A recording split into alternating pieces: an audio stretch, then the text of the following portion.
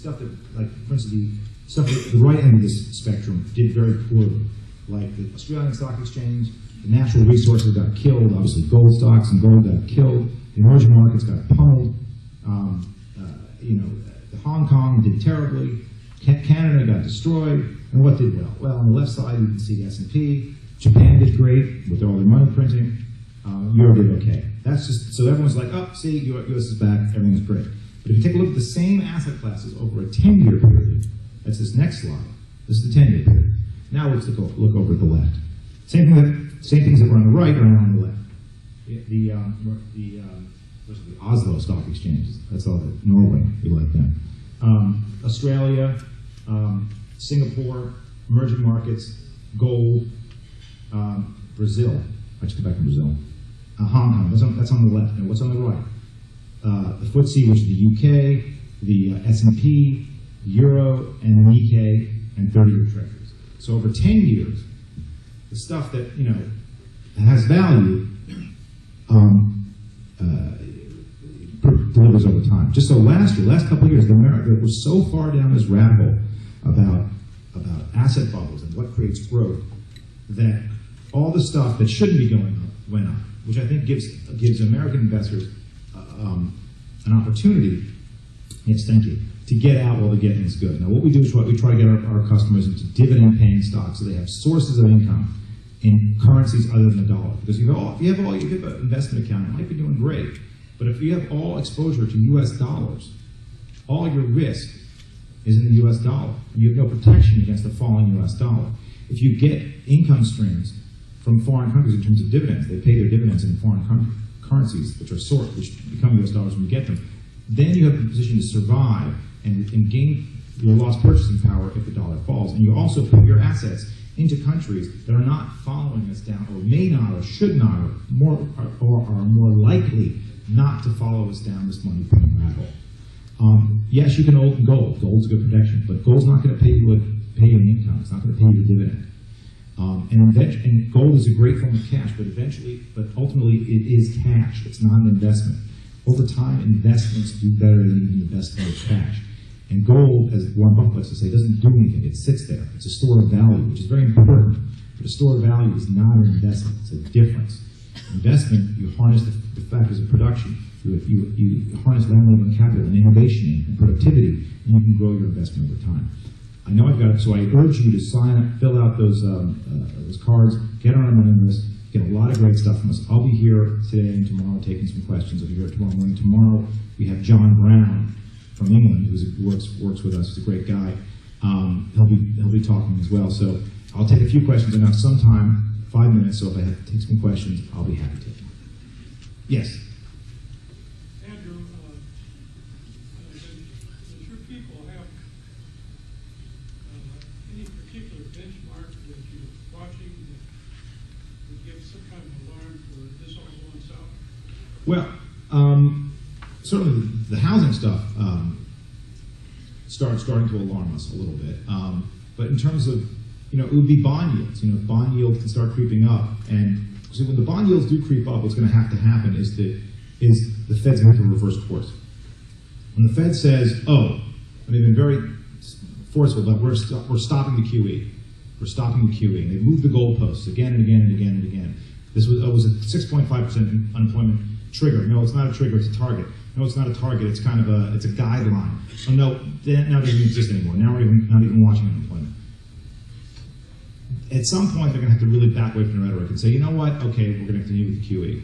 And at that point, people are going to know, okay, they got nothing. It's like they'll be revealed to be this, the man behind the curtain. And they'll know that the Fed has nothing except the printing press, and that it's all a bunch of nonsense, and the economy really isn't getting better on its own. At that point, they're going to realize that this is a never-ending experiment, and then gold and stuff like that will start to take off. The dollar will start to fall, and interest rates start to rise. Because this is a tipping point. Once interest rates rise past a certain point, the Fed can't stop them without killing the dollar. And when that happens, I think things will happen very quickly when that tipping point is reached. Yes. Will they ever turn in $5, $10, or $20 for one new one? I don't think it's going to happen. I don't think it's going to happen. People are. Are they going to do like a shekel kind of thing where they just knock a couple zeros off of them? Yeah, eventually that might happen. I don't think it's going to happen soon. I mean, look, people look at the dollar has lost 97% of its purchasing power in 100 years, 98% without having to do that, and nobody kicked. Yes. Earlier in the presentation, you talked about all countries having fiat currencies. Correct. To a great degree. There used to be some discussion about some unified global currency that would be partially gold backed. Can you comment? Yeah, I think the Chinese will probably have something like that in mind. And again, China will call the tune here. You know, when all this happens, has more to do with what decisions being made in the Chinese Politburo than anything that can happen on Wall Street. They're going to figure out they want to be in a post-dollar world. Clearly, they don't want to outsource their monetary policy to Washington, and they are accumulating lots of gold. No one knows exactly how much because they don't publish those figures. But they've had an economy that's been going on almost in a unified way for thousands and thousands of years. They're going to want to get that to a currency that's more stable. It's less controlled by political forces, certainly less controlled by political forces outside of their control. So they're going to figure out what to replace the dollar with when they're good and ready to do so. And I don't know what that's going to look like, but probably something linked to gold. And at that point, they're probably going to own most of the gold. Yes. In this vein, are you familiar with a school of thought which calls itself free gold? Free gold. Yes. That's when you give away gold for free. No. So I'd like a gold market free of manipulation by paper gold, naked contract. Well, I think the gold market certainly is manipulated, and that's clear.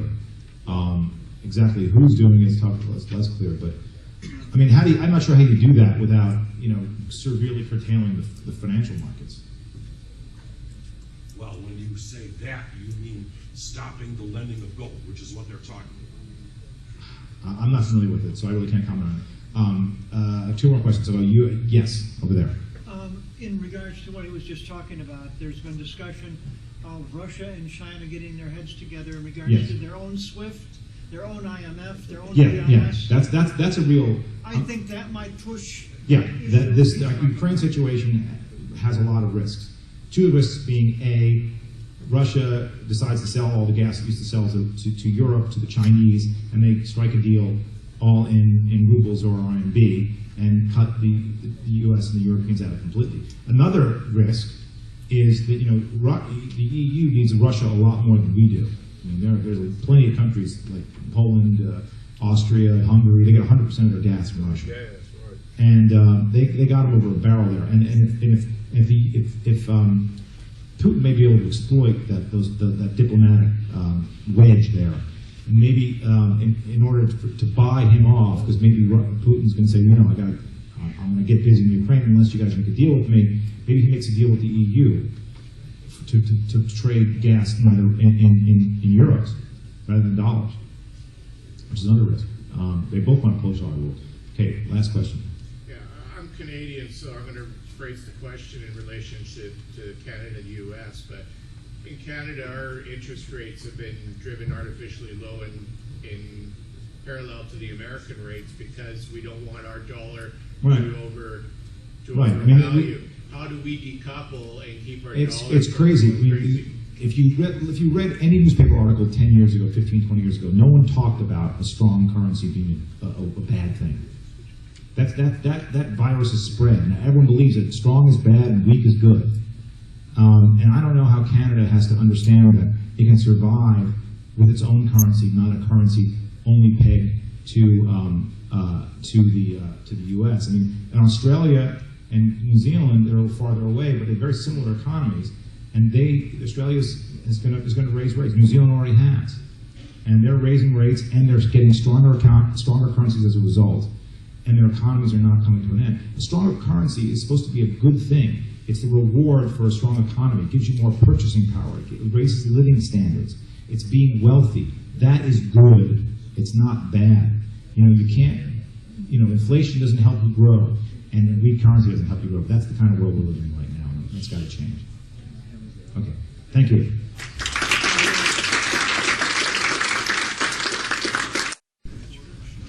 Here, make sure they're all working properly, and then we'll get started with our Q&A session here in just a few moments. The men's room, whatever you need to do, we'll get started here in just a few minutes. I'm just going to do a little revamp. Liberty community, I'd like to welcome Mr. Robert Ian. Robert. All right, thanks, Eric.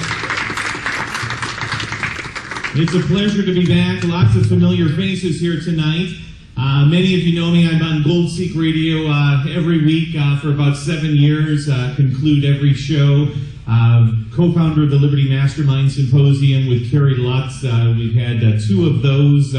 Jay spoke at our first one. But we're not here to talk about any of that. We're here to talk about our distinguished panel tonight, and we have an amazing lineup.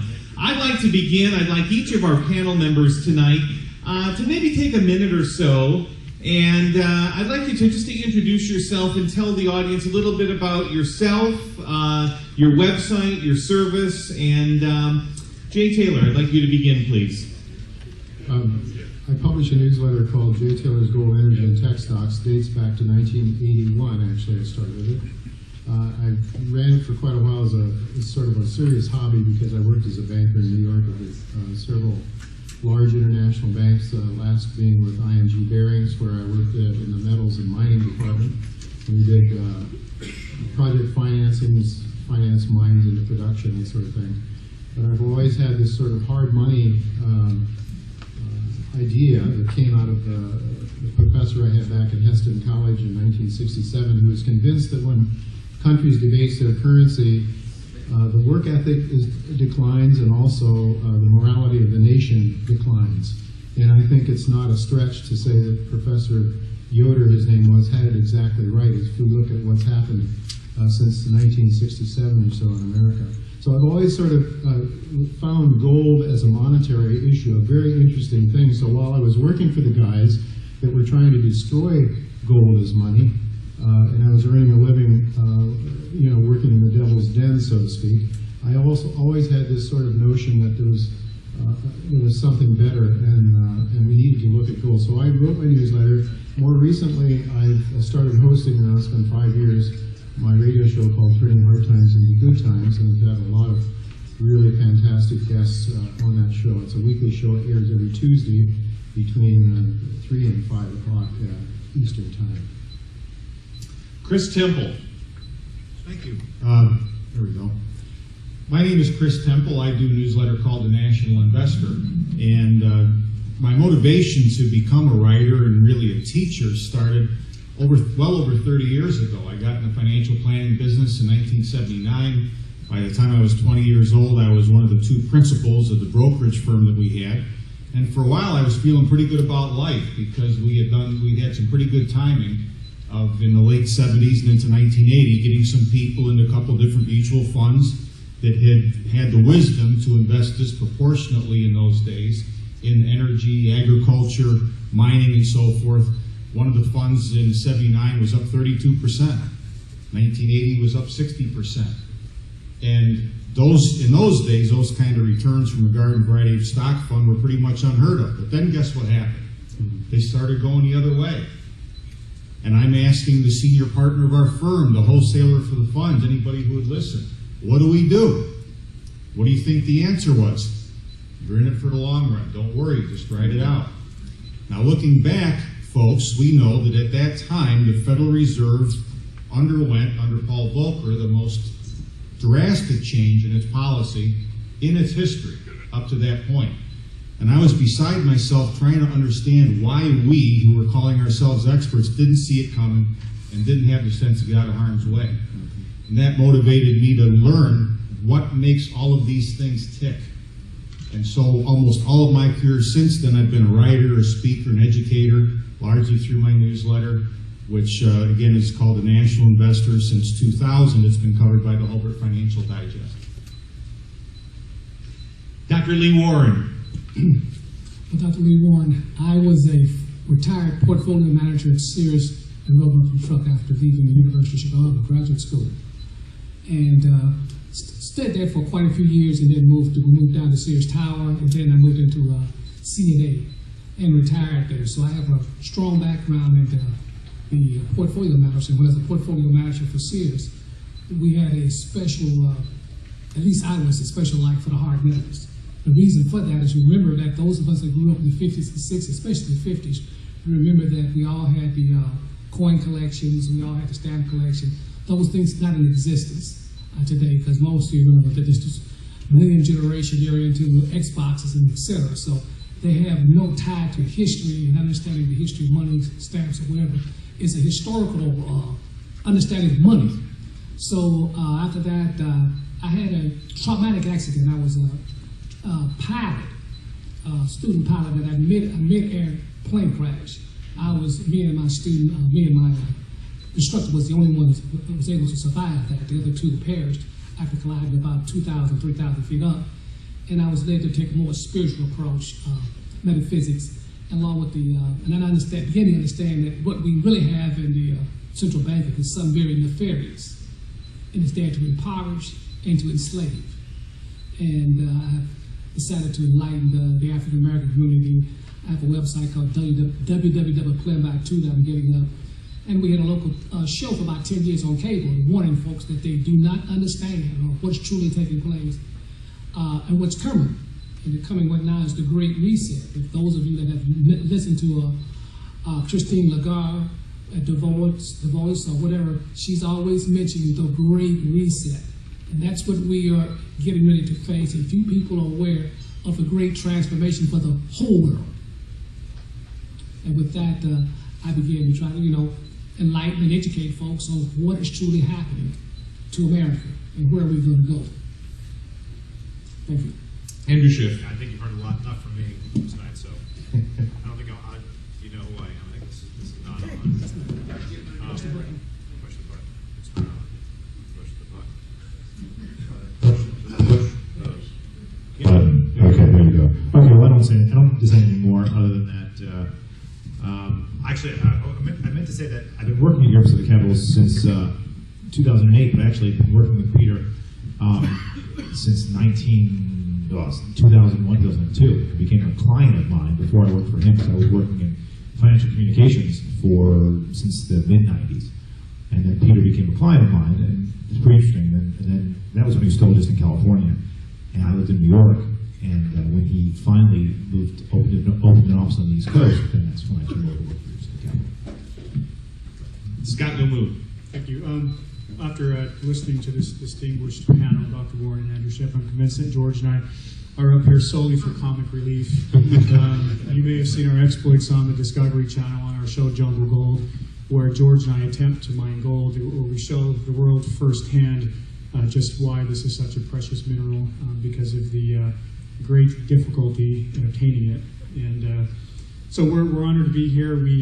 Look, while we may not have the academic background of most of the panel up here, in our hearts and in our souls, we feel like we should prepare for hard times. And gold, in our opinion, is a way to do that. And we feel like those who have gold in the future will be the ones who are really prepared and ready for what's truly coming. And so we hope to enlighten you through our through our experience, good and bad, over the past couple of years. It might be easier to buy gold than mine it. And by the way, we can help you with that. Europe Pacific Precious Metals sells gold that we don't mine ourselves for just 1 or 2% of points above spot. We're here to help. We hope that our trials help your cause. George Ray. Yeah, well, Scott said it mostly. And just while we've been here, we just pretty much shuffle Andrew's luggage from one room to the other, and we've been trying to help as best we can. Both Scott and I, we were involved in real estate. That's kind of our backstory, and some of the graphs that Andrew was showing earlier, as these spikes were coming up, that was us riding the wave, and this was back when absolute morons were making money in real estate. Mm-hmm. Morons were making money in real estate. And, it's time when you'd wake up and somebody would call you and say, George, you just bought that house a few weeks ago and you made $30,000 on it. I did? How? That's great news. Should we do that again? And we would, and then it just stopped. And I didn't know who Euro Pacific Capital was. And and I didn't have the warning signs, and I didn't see it, and so that was a very hard trial and time for us. In 2010, we decided to get involved in gold mining, and we did that out of, originally we started in Ghana, in West Africa. And I remember when we first started our company and we realized we were going to get into the gold mining industry not knowing anything about it.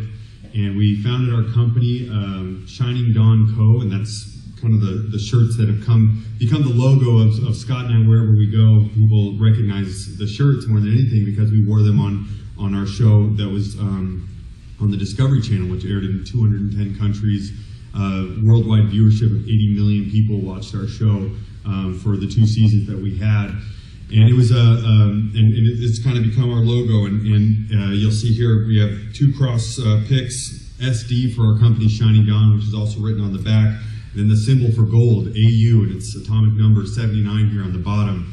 And I remember when we first said we were getting into gold, I said, well, let's come up with a clever name, and I came up with 2 clever names because nobody recognizes it, but the AU, the symbol for gold, comes from the Latin word aurem, A-U-R-E-M. And that is when the ancients first saw gold, they called it the Shining Dawn. And that's the name of our company. It's kind of fit because everything's been very hard and a very rough struggle for Scott and I. And we always kind of say it's always darkest just before the dawn. So happy to be here, like Scott said, and we'll give what opinions we can with what limited experience we have. And the man with no name tag who needs no introduction, Rich Rodez. We got a great panel. Maybe one of the best we ever put together. And he hasn't been on a panel in years up here, so it's a real treat to have Rich. Eric asked me to come up here, so I don't know. The way it works tonight, this is really your show tonight, everyone in the audience. This is where we talk about the future, current events, this morning in the news, what's on your mind in the markets. So raise your hands. I'm going to move around the room kind of fast, the way Phil Donahue used to do it when he used to have his show a long time ago. I'm probably dating myself by mentioning his name. But who wants to ask the first question to kind of get things started? Stand up, kind of move your way in, if you will. Make it a quick question here. What is that question to lead our panel on? I was actually hoping to see Corey Fleck here, but nonetheless, Corey has Gary Savage on his show. If any of you folks know anything about Gary Savage, and if you know of anybody who is any better than him at what he does, Gary Savage is a market timing expert. And I'm wondering what you guys know about him, what you think of him compared to his competitors. Any comments on this? Anyone? Okay. No, sorry. Question right over here, yes. I'm going to direct it to the 2 gold bugs here. Okay. I happen to be kind of following in your footsteps on finding some placer gold and some other things in northwest Indiana on the marine area, and wondered your preferential method of retracting it from the sandbed. Gold extraction that you're speaking. So test first. Definitely do the testing. Whatever testing that needs to be done, make sure that your numbers are going to hit. It all comes down to grams per ton or grams per yard. How many grams per yard or ton do you have? And then run the numbers from there and plan on disasters, plan on equipment breakdowns, and make sure that you have that budgeted in. From there, extraction comes simply from processing. You're going to want to wash trommel. I would imagine you're going to use a trommel for placer mining, and that's going to be your best method depending on the size of the gold, and a lot of that will come from your testing as well. Jerry, is this property permitted? Yeah, make sure the land is legal. Where is it? Can you tell us? I wouldn't tell you in my life. Wait, is it on state property or federal? No, it's in the neighborhood. Don't tell him. I mean, well, you can tell us later. I mean, are you? Wait a minute.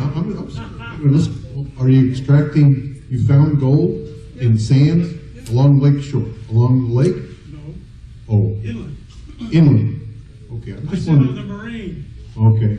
The falls of the last glacier. What is it? The fallout of the last glacier.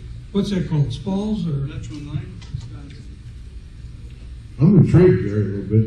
You know, I mean, we have placer gold in Indiana. You know, they find nuggets down by IU all the time. It's a few places. So. I give classes for about $150 an hour. Really? Okay. Just kidding. Just wondering. That's all. All right, next question. Who has a question? All right, right over here. Yes. Okay, we're all believe that gold has, we get gold for value, that the dollar, the only reason to have it is because it has value because of fiat. Now, Bitcoins and has neither, isn't government fiat and doesn't have value. At least dollars, you have something real there in the paper. They were able to burn marks in Germany for heat. You can't do that with Bitcoins. And I think the only reason for owning Bitcoins is to find a bigger fool down the road. What is your opinion? Thoughts on the panel on Bitcoins? Yes, Andrew. Bitcoin's very interesting, and it actually does have some value. Okay, and the value of Bitcoin is in its transactional value. It actually is the easiest way to make a transaction. It actually allows you to subvert or avoid the banking system. And it's actually, from a business standpoint, it's much cheaper than credit card transactions. It's much cheaper than Western Union or PayPal. It's really very efficient. So it has value in that, and it also has this value that people have placed on it because they thought it was going to be anonymous. It was going to be a way to really stick it to the man, because you can make transactions without anybody knowing you are. And to a certain extent, that might be possible, but that was largely delusional. Because more and more time goes by, it's people realizing that they can pretty much track you. Just talking to the NSA, the government can pretty much find money being spent. So that's illusory. And if they can't actually get your money, it's possible that they cannot trace you, but you have to basically live like a criminal anyway, because you have to do everything on street corners and do it for cash, and it's possible you can remain invisible, but not easy. But it still has value in terms of its transactional potential. So I think Bitcoin, it's largely hype, and it's going to largely end in tears for those people who bought it on the highs, and it probably goes away.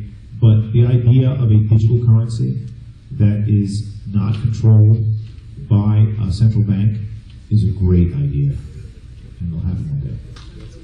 Chris? Anything that can be used as money, which is honest and not controlled by the Federal Reserve or any of the other central banks, God bless them. But the problem with Bitcoin is, in a way, it had a target on its back. It got too big. In a special upcoming issue I've got called Building an Economic Lifeboat, I talk about ways in which there have been successes and failures in the past of things like that. As a general rule, the simpler and closer to home you keep something like that, like community currencies, like bartering systems and so forth, the better. I just wanted to second that local currencies have always been very important. If you look at the colonies up forward, local currencies have always played a very important part of this country in its independence. And I'll say this, as we go back, and especially during the reset, when you get back, the only way that a country, any country, in fact the world can get out of this, there has to be a massive devaluation and revaluation of gold after the crisis of confidence. You have to go back to these metals some type of way. And when I say that, what that means is that it's no telling how this thing will wash out, because you got a small percentage of people that own metals. Vast majority of Americans will be totally wiped out, the middle class, after this devaluation. Just look at the history of Argentina, Venezuela. Venezuela had two devaluations the last 6 to 8 months this year, the last 12 months. 70%. Can you imagine? 70% of your wealth is boop. These are the things we're going to have to go through. And so my hat's off to anybody, and especially with local currencies, that you need to take care of your daily needs. Now, for international or going from one part of the country to another, it won't work. But as far as local transactions, those currencies, those that are honest and have a lot of liquidity, they're hanging there for a while. I would just like to add that, in a way, though, Bitcoin is a con job. I mean, it's dependent on confidence, unlike gold or silver. So there's no intrinsic value there, and it's great. I mean, it worked great. It sort of seems odd that Bitcoin really took off with the Cyprus bail-in, and gold didn't. I think there were some other things, some reasons for that. But clearly, I mean, that's, to me, Bitcoin, as long as people have confidence in it, is a great way of moving money and wealth around without the government following it, perhaps. But even there, I'm not sure that they're not going to be able to just add one thing. NSA I'm sorry. with its resources. This person. Let me just add one more thing. You know, there's a big debate. You know, I believe, obviously, gold has intrinsic value, more intrinsic value, but really, when it comes down to it, nothing has intrinsic value because it's not probable. It's certainly not probable. It's a very infinitesimal, but people could decide. Gold really has value because people decide it has value. So every time people make a decision, and those decisions could change. I mean, alchemists tried to figure out how to make gold out of iron, and they couldn't figure it out. Maybe one day they will, in which case gold won't have any value. I don't think it's very probable at all that all of a sudden the world's population decides that gold doesn't have any more value. But that's because people have decided to give it value. And that could change. Anyone else on Bitcoin? Okay, next question. Yeah, this is half announcement and half question. I want to let everybody know that time banks are another alternative currency that are based on your labor. And that's really, when it comes down to it, it's what all of our money is based on. That's what the credit of the people's labor and their ability to produce is what every currency is based on, every fiat currency out there too. And if you look at time banking, I don't know if you know what it is. It's like a barter system, but it's not a barter system. Barter is a legal term. It's not a legal term. It's a lawful term, and it doesn't have to be taxed because it's a lawful term, because you can't be taxed on your labor. In Dane County, they have the largest time bank in the country with over a couple thousand members in it. There is a time bank in Chicago. It's got a couple hundred people on it, but they formulated their time bank with some problems that I wouldn't suggest. You have to understand how time banks work to know to get into a good time bank. But this is something that Greece went crazy over when they had their economy failing. It was a way to survive because you were trading your services for someone else's. So if you need electrical repair, you can go to the time bank and put up a request and say, I need electricity repair in my house. And then an electrician will sign on and say, okay, I'll do that. And you agree on it, how many hours you're going to transfer between each other, or how many credits you're going to give them. And then that electrician can go and spend those hours somewhere else. Anyway, my question to the panel is, how much are you aware of time banking? How viable do you think it is? I realize it needs to be built on a local currency, but it's safer than Bitcoin, in my opinion. What do you think? Time banking, go ahead, Chris. Well, time banking to me defines the purpose of money as a means of exchange. And I always like to distinguish what can you use as money. And I think one of the problems of Bitcoin is that it took on too many different identities, including essentially being a lottery ticket. Some people were putting money in it, not because they had any ideas that you know, this is a social statement. It was nothing to them but speculation and making money. Right. Okay. The time banking is actual currency. It's intended to be a means of exchange. You know, time banking works. Tobacco, whiskey, local currencies, whatever. And again, I think it's a simpler and honest thing, simply because people know what it's there for. I mean, no disrespect here, but it's just a little bit sad though, because you think about it. You think about time banking.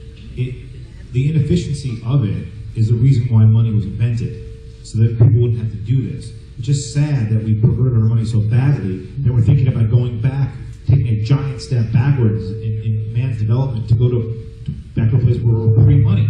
But money is one of man's greatest inventions. It's a fantastic invention, one of the best ever. It makes everything more efficient. It's this grease that greases all economic transactions. It's just too bad that we perverted it.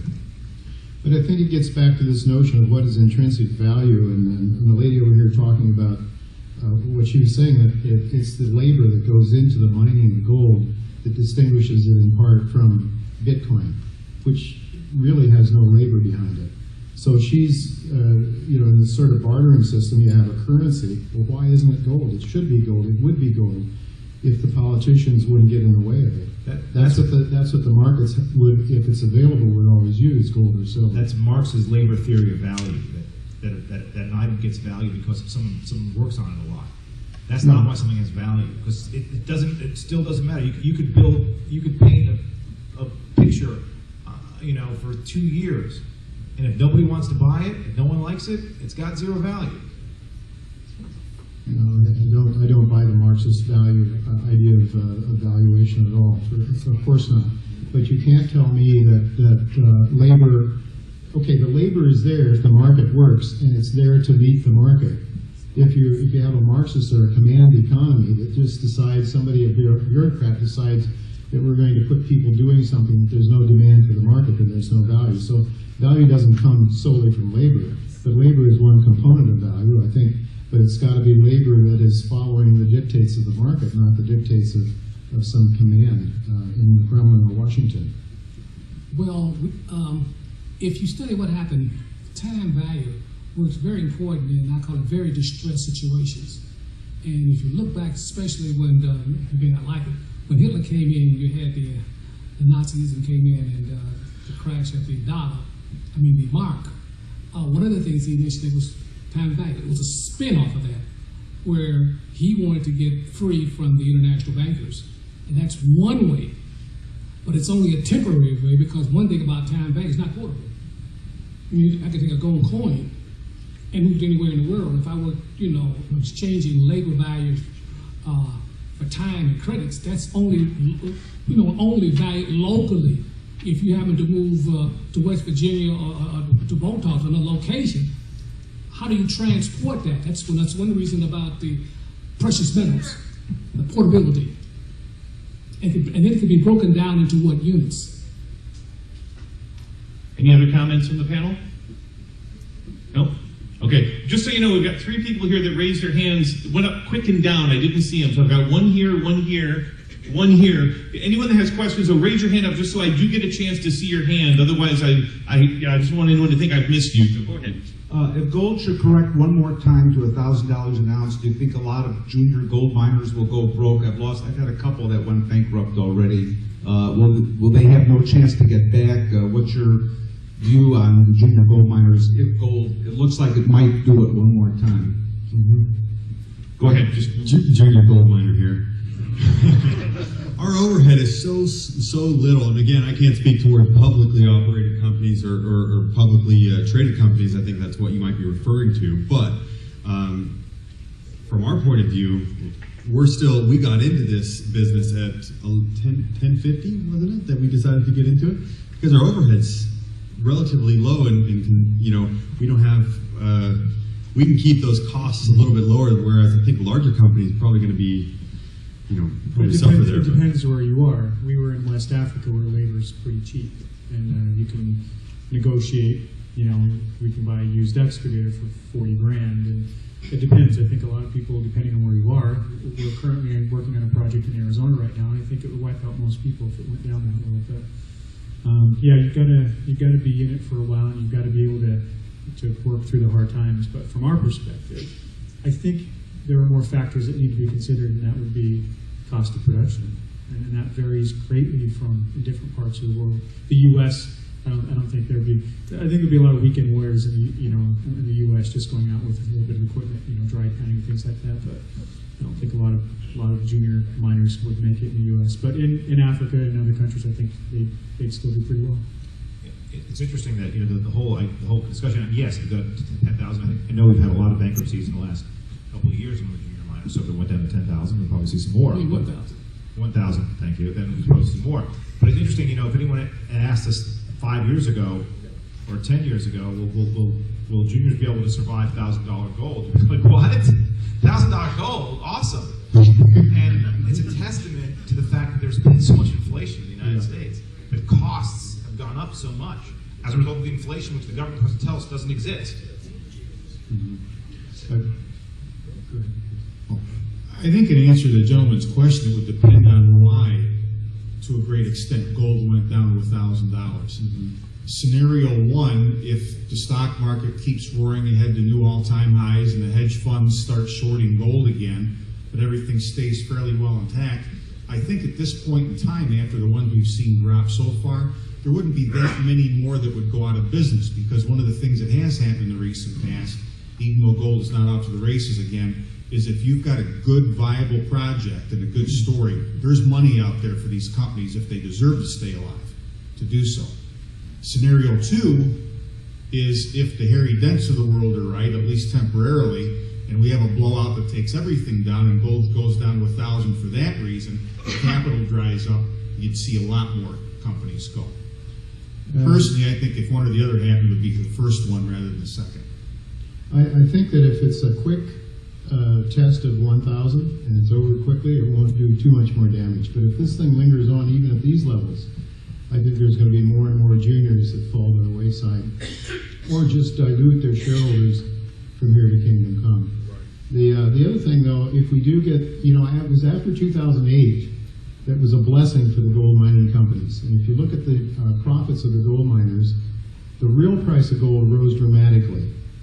And even immediately the nominal price of gold went down. But then oil and materials prices, labor even in some cases went down, and profit margins went up very dramatically. I believe that the very best environment for the gold miners is a deflationary environment in which loss of confidence in the currency. Because then people start to buy, they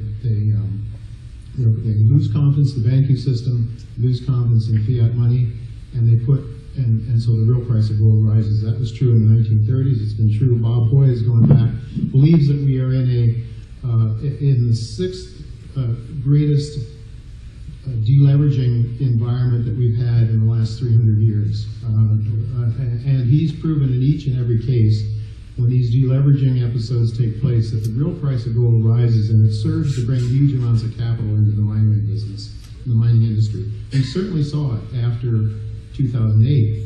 Then when they started quantitative easing and they conned everybody into believing that the markets are Ben Bernanke is God again, and people on Wall Street believed it, and they started making money, so they keep piling money in. Until this thing breaks down, one way or another, I don't look forward to owning gold mining companies in a hyperinflationary environment. Gold, yes, but not the mining companies, because it's a business, and you have a heck of a time making money if your prices are going up. And this is true. Our costs have gone up dramatically now. Look at oil; it's back up around $100 or so.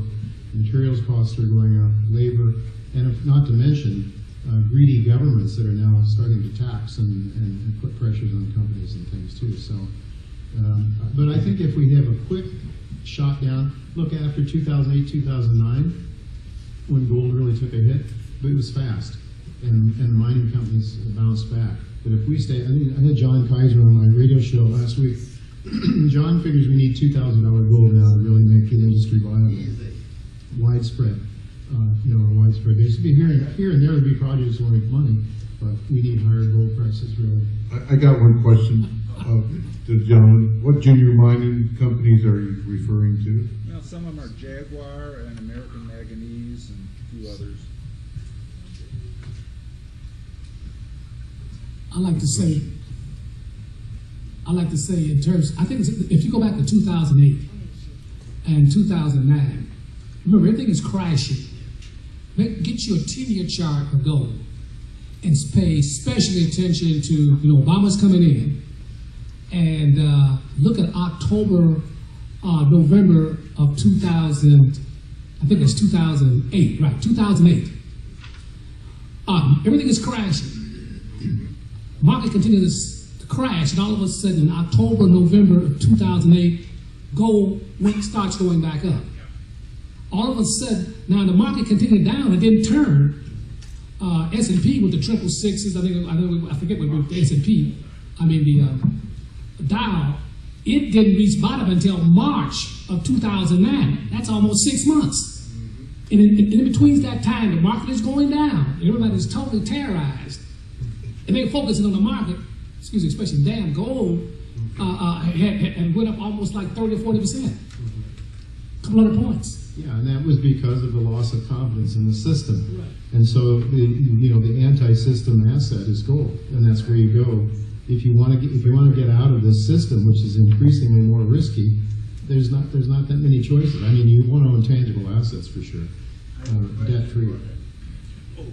He was next. I'll let you do that. Back to the Bitcoin for a moment. Jay Taylor said something about confidence in the person or people that you're going to deal with. Well, that's the problem, isn't it? Sort of like the tulips. That was a type of a problem that disappeared as time went on. And the agreement between Ribbentrop and Molotov before World War II was a confidence game too. Okay, that's my first comment. The second one is about, what was it, time banking? What happens if the person dies, leaves town, like a lot of people do? What happens to the bank then? Any comments? Non-panel member has an answer. Go ahead. Easy answer for time banking. It should be run on a computer. It can be nationwide as it spreads. It starts local. It grows. Your time bank hours are sitting there. You can go trade with someone else. It is, when you start looking at it and understand how it works, it is better than any other form of currency in the world. You guys can ask me questions later if you want. I'll give you hours of information. Okay, we'll put you on the panel next time. You got it. All right. You have a quick. I know we got a lot of questions here. Real quick. One thing. This might be. Go ahead. Go ahead. Might be a little minor quibble, but you mentioned deflation as a possible way to rattle confidence in a currency. Deflation should put more confidence in the currency because it would mean that the currency is rising in value, and you wouldn't want to hold something that's rising in value.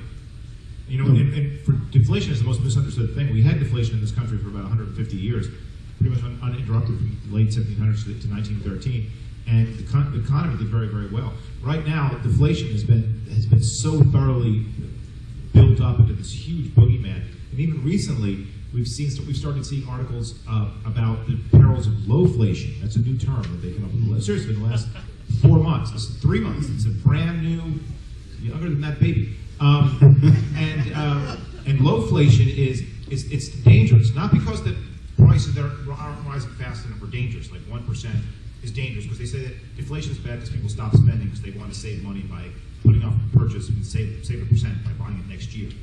But lowflation is dangerous because it's too close to deflation. If it's only 1% inflation or 1.5%, you can go to sleep one night and wake up and you're in deflation. And then if you're in deflation, you never get out. It's a trap. You never ever get out. You spiral down into nothingness. That's what they believe. Well, let me say this about deflation. The main reason that they hate deflation, remember, we're in a fractional reserve banking system. Now, you can jack these assets value up. And banks are holding bonds, and everybody's holding paper based on this price. And all of a sudden, you know what the banking says. You holding these, what are we talking about, bonds or deeds or whatever, if they fall in value, especially for banking reserve, that's a nightmarish attitude. Because what you have done to the banking system, you actually did what to it? You collapsed the whole damn thing. Because they have to have, one thing about a banking system, they got to have a collateral, and what they do is they rehypothecate and keep manipulating the value of the asset. So once a good example of that is a margin account. You buy something on margin, it's $100 stock, you got $100,000. They got a margin desk there. And this whole idea that if that collateral falls before the lower point, you get a margin call. And they would say, you come up. No, we're not going to take the hit on this. So that's the fearful problem with the deflation, is that you have all of these assets, and banking and financial institutions do not want to take the hit on any type of a massive decline or continuing decline. Temporarily, yeah, but not a definitely 20-year decline. Because you're talking about a lot of collapsing in that same period of the 1800s and 1900s. A lot of banks failed as a result of collateral problems. Yeah, but the problem with trying to bail out, trying to print our way out of this thing is that we can't do it without creating more debt. And the problem is we're digging ourselves in, and I know that, I'm sorry, Ms. Shedlack isn't here because he would be the one that I would probably be closest in agreement with. But the point is that if you look at what's happening, all of these trillions of dollars that are being created aren't created out of nothing. They're created out of debt and obligations that have to be repaid. So if you look at a chart, what's happening is debt is growing exponentially. I mean, I almost brought a chart along and passed it out because I think it's a simple chart, but it's so profound. We don't literally print money and put it out over Walmart shopping parking lots. Not yet. Not yet. We might, and then I agree we've got hyperinflation. But I think that we do have more inflation than the government agrees on things on the cost of living. But there's no doubt that Bernanke and the Fed, they have a reason to be scared of deflation, I think, because of the margin clerk, because all these debts, because we are basically an insolvent Western world right now. We're a bankrupt Western world. So they try to make us more bankrupt all the time by printing more and more faster and faster. But what they're really doing is you can't generate real income because it's malinvestment. The money's going in bad places. It goes into bankers' pockets. It doesn't go into capital that creates wealth. And all we're really doing is redistributing wealth. This is why we need to go back to the gold standard. And I think it's more attached to the lady's time value thing than you realize because, and I'm not a Marxist. Sorry about that. I'm not a banker, and I'm not as wealthy as the Schiffs. But my father was a machinist, and I know that he... All the Schiffs are not equally wealthy. But the gold standard would allow, would get away from this redistribution of wealth.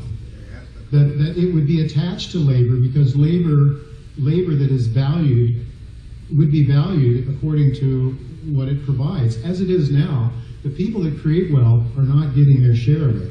It's being, look, Chen Lin, who works as a partner of mine, was a doctoral student at Princeton, aeronautical engineering, and he says, who needs this crap? He took $5,400 of his wife's IRA in 2003, turned it into $2.5 million 8 years later.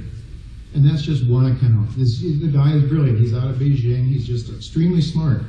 But Chen, if we had a gold standard, Chen would be building a better aircraft right now. I believe that. Or he might be an investment banker, but he'd be an honest one. And he's an honest one now.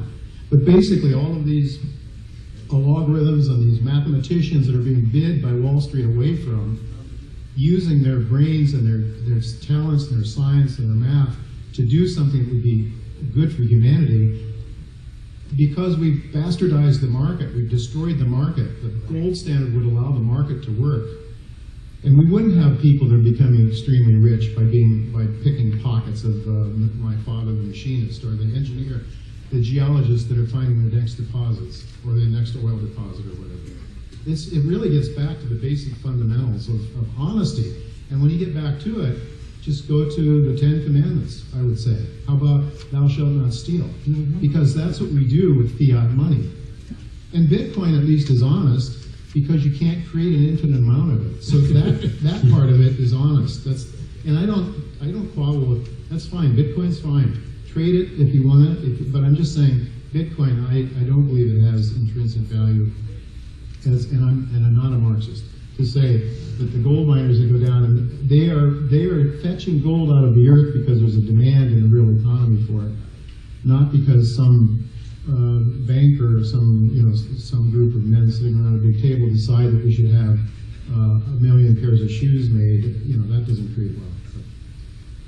All right, you had a question? Now, I did see like 4 hands up over here, so just so you know, I'm making my way over here. Yeah, real quick. Speaking of gold, what do the Russians and the Chinamen know that we don't want to know? they have a gold rush going on in Russia. Go ahead. Very simply put, I think all of us in this room realize that the time will come when the U.S. and the U.S. dollar go the fate of the Netherlands, of more recently England. We no longer King of the Hill and no longer Spain. Prior to that, we no longer have the world's reserve currency. And as far as Russia and China are concerned, it's a cultural thing.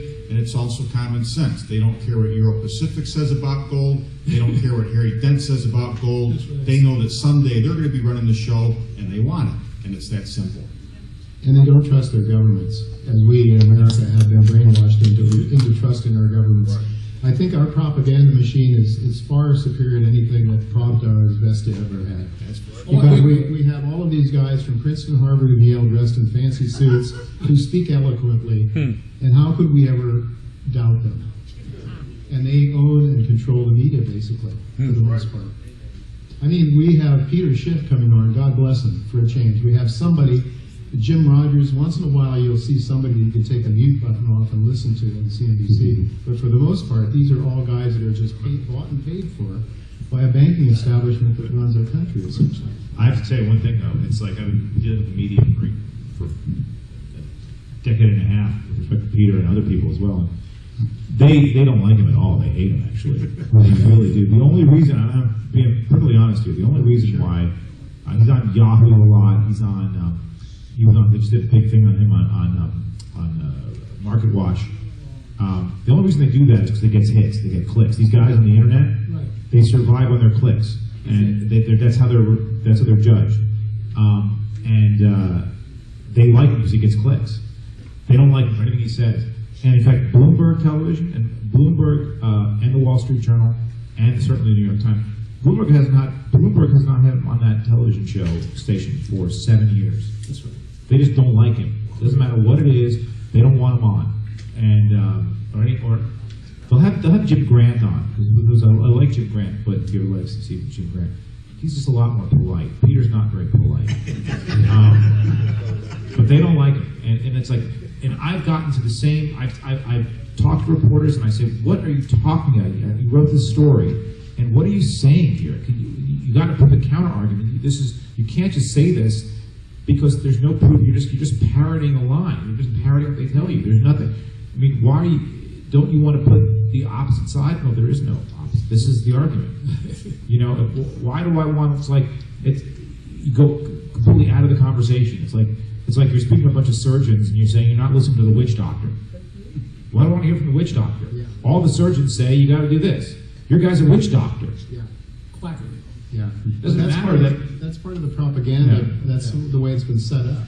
The same thing with Ron Paul or anybody that has some serious ideas that challenge the system.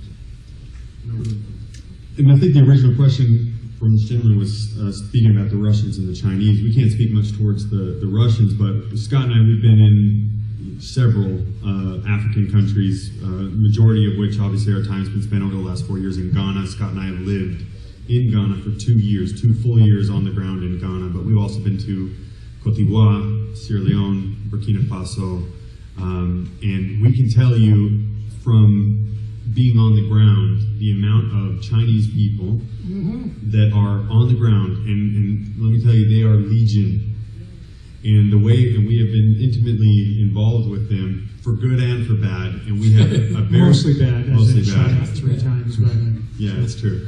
But we have a very intimate understanding of how their operation works and how it is directly not funded even, but compelled by their government, and where that gold comes from. And they are all over Africa, outnumbering any other country that I can think of, easily 50 to 1, 100 50 to 1? Yeah. Easily. If you've seen our show, a couple episodes, we were claim jumped by a bunch of Chinese who were just going in there and taking the gold, and I think it's a pretty good analogy about what's happening in the world right now. Well, you know that Ghana has recently, the last year, has exported many Chinese. You're welcome. That You're was welcome. because of our show. Scott and I, because of our show that aired there, they showed the amount of illegal Chinese mining that was happening there.